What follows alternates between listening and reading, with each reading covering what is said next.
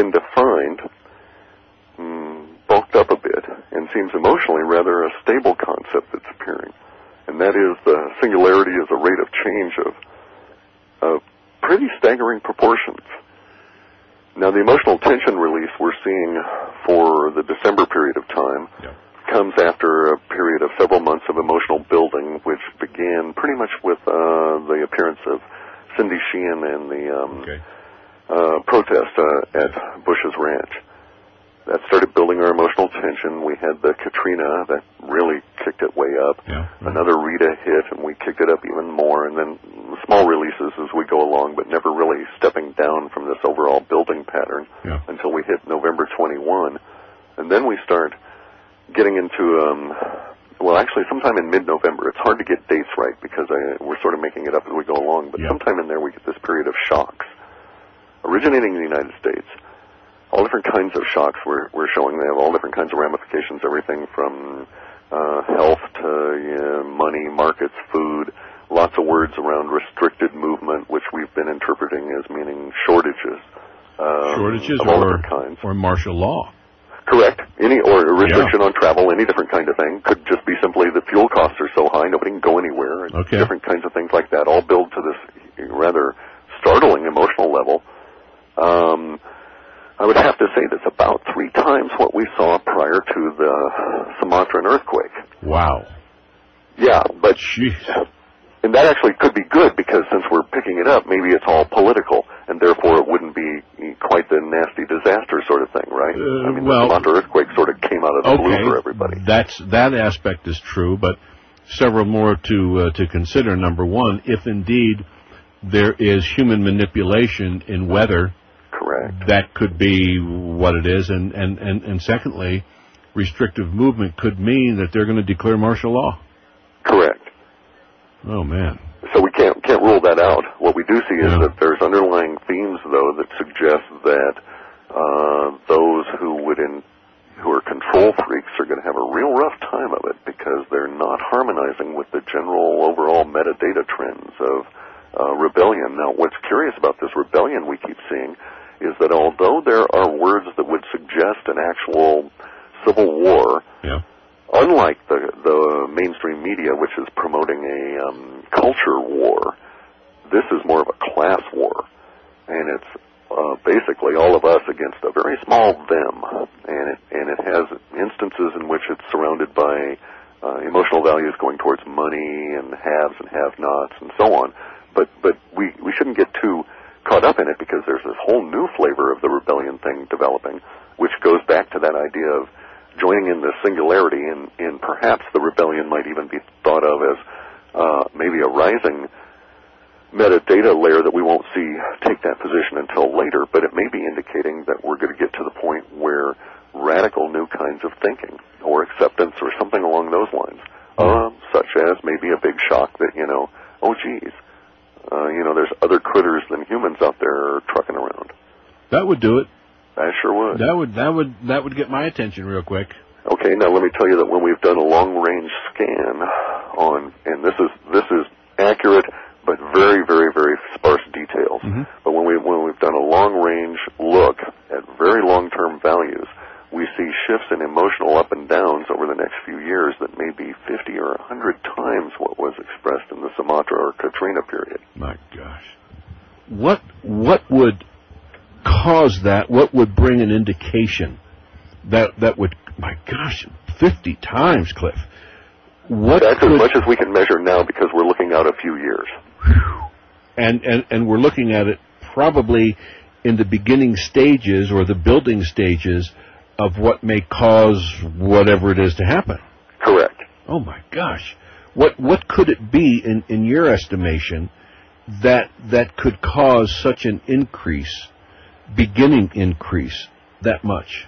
Well, if the mathematics were linear, then one could speculate that it might be something that would literally involve 50 or 100 times as many people in a direct experience. Let's bear in mind that there were perhaps 25 million, maybe more, people that actually experienced the earthquake and the tsunami. Very definitely. Okay, and we had that's a good batch of emotional energy. Sure. Okay, we picked some of that up. Now, it is true our lexicon is more English language focused, and so sure. if it were coming from that, we might get a higher value. I'm giving you weasel words here, right? So you temper the yes, thinking. Okay, that's fine. That's fine. Okay, so if it were English language focused, we might get more of an emotional impact simply because we're better at picking that up. Or it literally could be that it involves 50 or 100 times as many people involved, all sharing a similar reaction.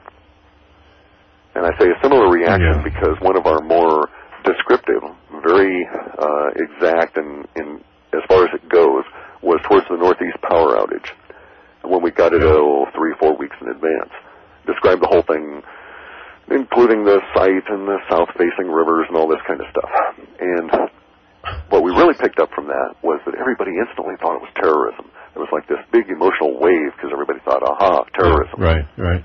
And that's what was our, once we honed in on that, then we picked out all these details around that. It was like, oh, okay, that was relatively easy. Well, that was a clear expression of a emotional value and an emotional release all around a central theme. Those are kind of rare. The 9/11 attacks, our response in that immediate period was nowhere near as clear as the emotional response that we picked up on the power outage. God grief. But one set the stage for the other. We could not have looked for terrorism in that particular thing, found that particular association, and picked it up in that detail without the previous 9/11 and being able to sift through those words. So we may be in that situation right now where we have yet to have the defining moment that allows us to refine the language, which would give us more of a view. Did you pick up any terrorist activity on the outage up in the Northeast? Vast quantities of it. But whether it was real or not is immaterial from our viewpoint, because so many people thought it was a case of terrorism. It overwhelmed any real aspect of that may have come through. Does that make sense? Yeah, it does. It's kind of like whether there's a fire in a theater or not. If you're all of a sudden sort of half sleepy in the balcony and everybody shouts fire, you're going to think there's one and you're going to react that way. It would just be good to know if there was. As we run out of time again, Cliff, I can't believe this. What could you share with us, because you've already done the 5th run, right? Correct. What are some of the most prevalent bits of information, outstanding bits of information, that you can share with us that you are now picking up? Well, it just depends on the most outstanding, or perhaps the most important will be this period of shocks that we'll get in November. Yeah. We're seeing shocks appear in both literal form in the sense of suggestion for earthquake, but also somehow a shock relationship between the populace and oceans. And the idea of shocks may go at very many small levels, and that'll help towards our emotional build.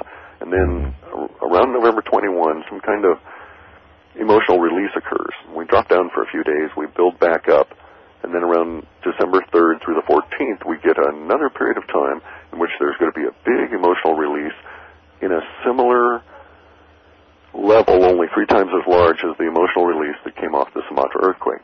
Now, this may be entirely political, because we're seeing all kinds of nastiness show up for the Bush administration and associated cronies, both actually acting out now as well as we move forward. One of the things we're seeing is of course, this under the theme of militancy and secrets revealed. All kinds of other information is going to come out about Iraq, as well as there's actually going to be manifestations there that will not go well for us. That is to say, for the people stupid enough to support Bush in invading a country. What about, there's been information on the net, and the information I got, and I'm trying to verify it, is that last Sunday, Stephanopoulos announced on his ABC show that Bush and Cheney are just about to be served with an indictment. That would certainly fit with a lot of the stuff we're seeing. That's what it sounds like.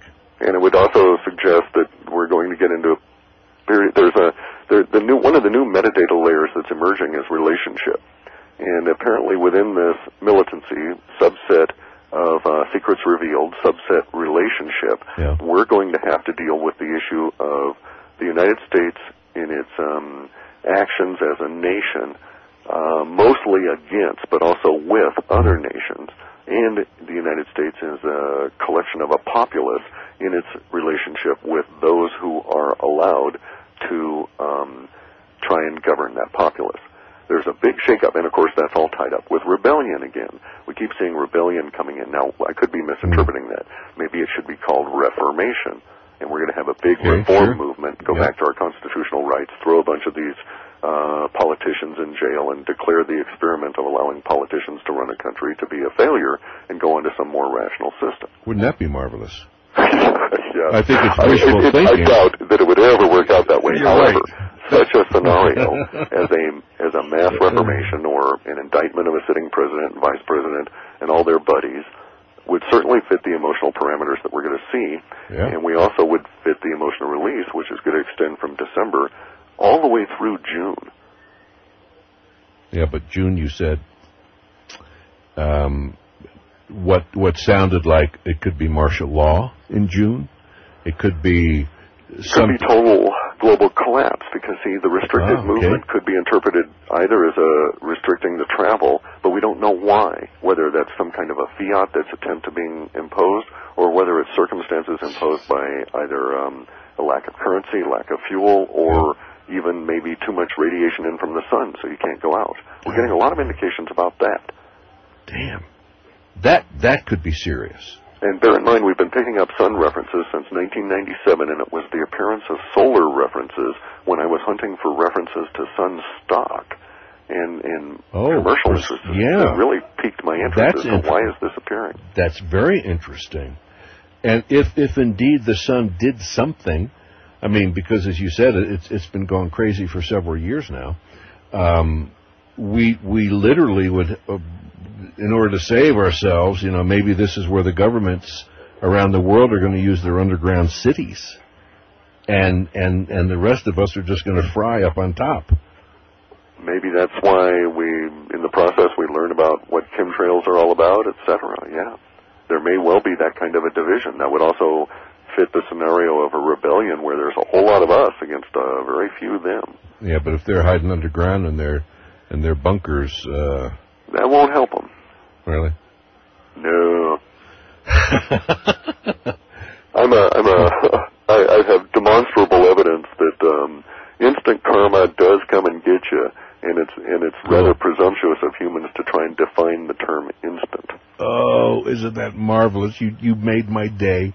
So it could be literally something that could happen that fast.